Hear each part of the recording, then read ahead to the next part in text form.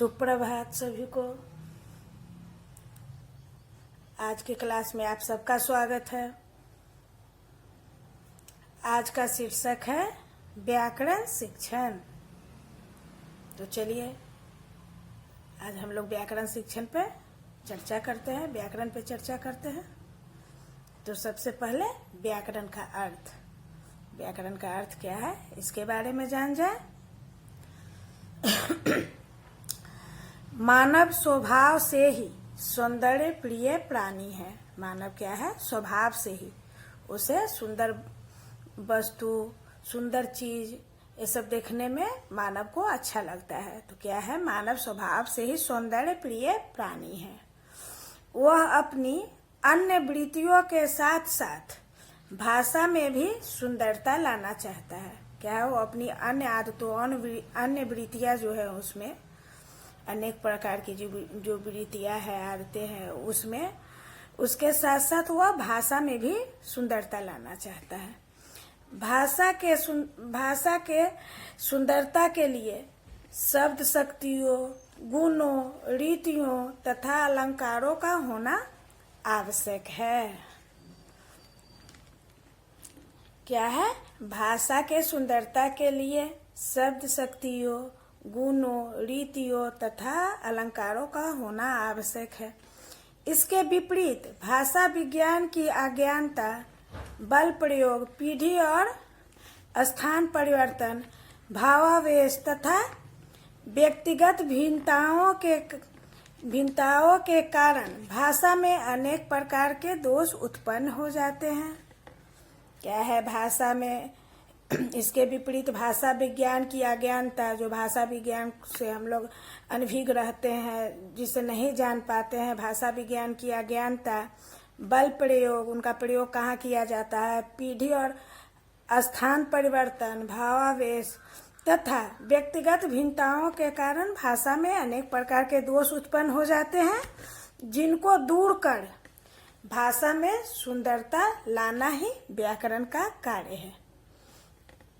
अब व्याकरण की शाब्दिक उत्पत्ति, व्याकरण की उत्पत्ति कैसे हुई, शाब्दिक उत्पत्ति शब्द के अनुसार उसकी उत्पत्ति कैसे हुई सो जानते हैं। बी जोड़ आ जोड़ क्री धातु जोड़ ल्यूट प्रत्यय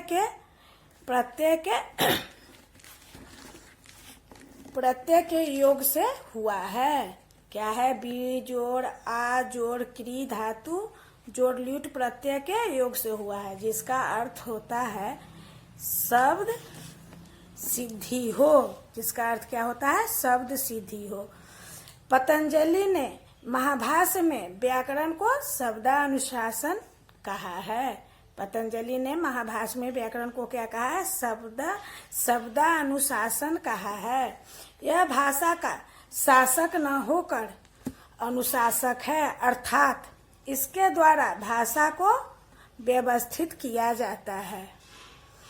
किसके द्वारा, व्याकरण के द्वारा भाषा को क्या किया जाता है, व्यवस्थित किया जाता है। डॉक्टर स्वीट के अनुसार व्याकरण भाषा का व्यवहारिक विश्लेषण है। डॉक्टर हरदेव बाहरी के अनुसार व्याकरण वह शास्त्र है जो शब्दों के रूपों और प्रयोगों का निरूपण करता है। डॉक्टर हरदेव बाहरी के अनुसार क्या है, व्याकरण का परिभाषा, व्याकरण वह शास्त्र है जो शब्दों के रूपों और प्रयोगों का निरूपण करता है। डॉक्टर बद्रीनाथ कपूर के अनुसार भाषा की व्याकरण की परिभाषा क्या है, किसी भाषा की बोलने और लिखने के नियमों को व्यवस्थित पद्धति ही व्याकरण है। क्या है, किसी भाषा की बोलने और लिखने के नियमों की व्यवस्थित पद्धति ही व्याकरण है। ये थे व्याकरण के परिभाषा, व्याकरण की परिभाषा। अब हम लोग व्याकरण के उद्देश्य के बारे में जानेंगे। हिंदी शिक्षण में सभी स्तरों यानी प्रारंभिक स्तर, मध्य स्तर, उच्च स्तर पर व्याकरण की शिक्षा के निम्नलिखित उद्देश्य को ध्यान में रखना चाहिए। क्या है, हिंदी शिक्षण के सभी स्तरों पर व्याकरण की शिक्षा के निम्नलिखित उद्देश्यों को ध्यान में रखना चाहिए। तो पहला है छात्रों को भाषा में ध्वनि तत्वों से परिचित कराना। क्या है पहला, छात्रों को हिंदी भाषा में ध्वनि तत्वों से परिचित कराना। दूसरा, शुद्ध वाक्य रचना की योग्यता का विकास करना। तीसरा, छात्रों की तर्क शक्ति एवं रचनात्मक वृत्ति का विकास करना।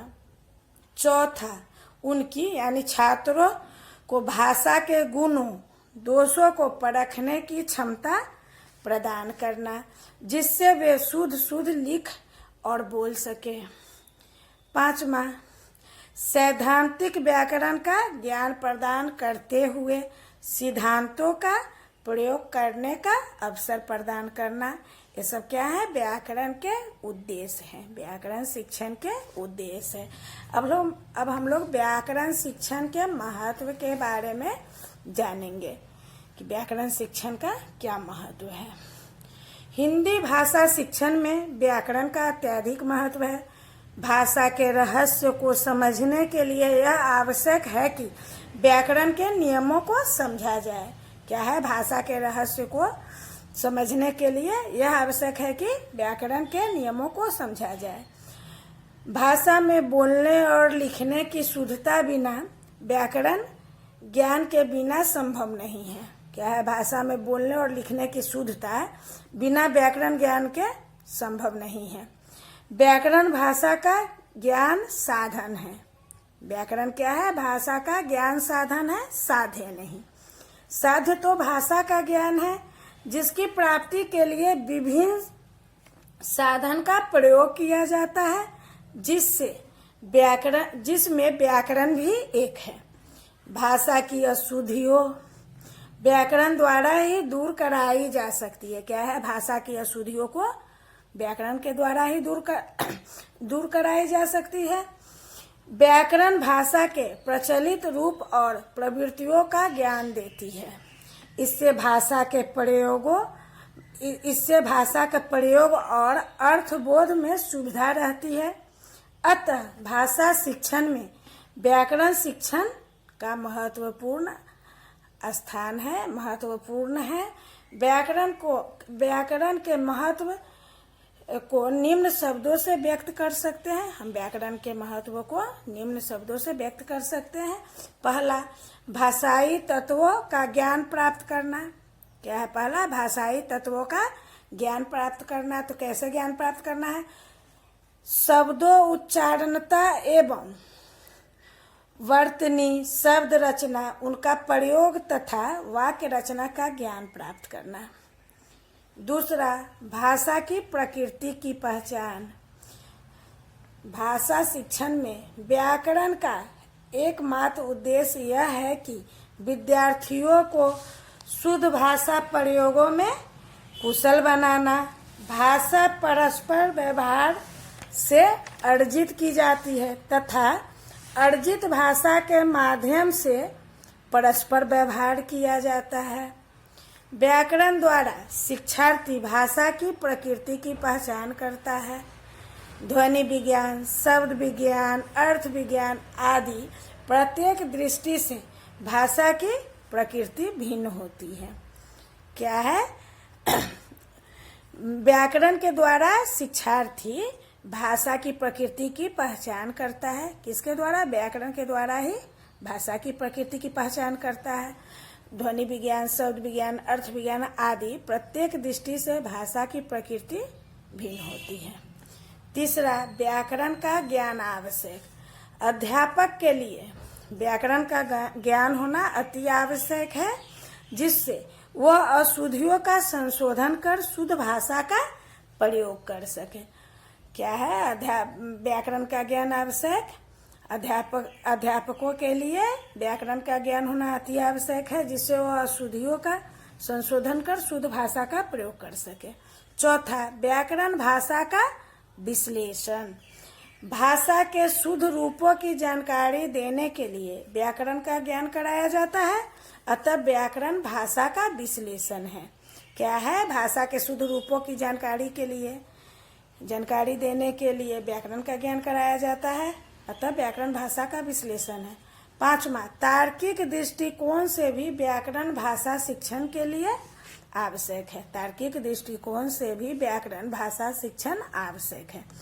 व्याकरण एक कला है जिसका उद्देश्य भाषा के माध्यम से बोलने लिखने की कला का विकास करना है। यदि भाषा की कला सीखनी है तो व्याकरण कला सीखनी होगी।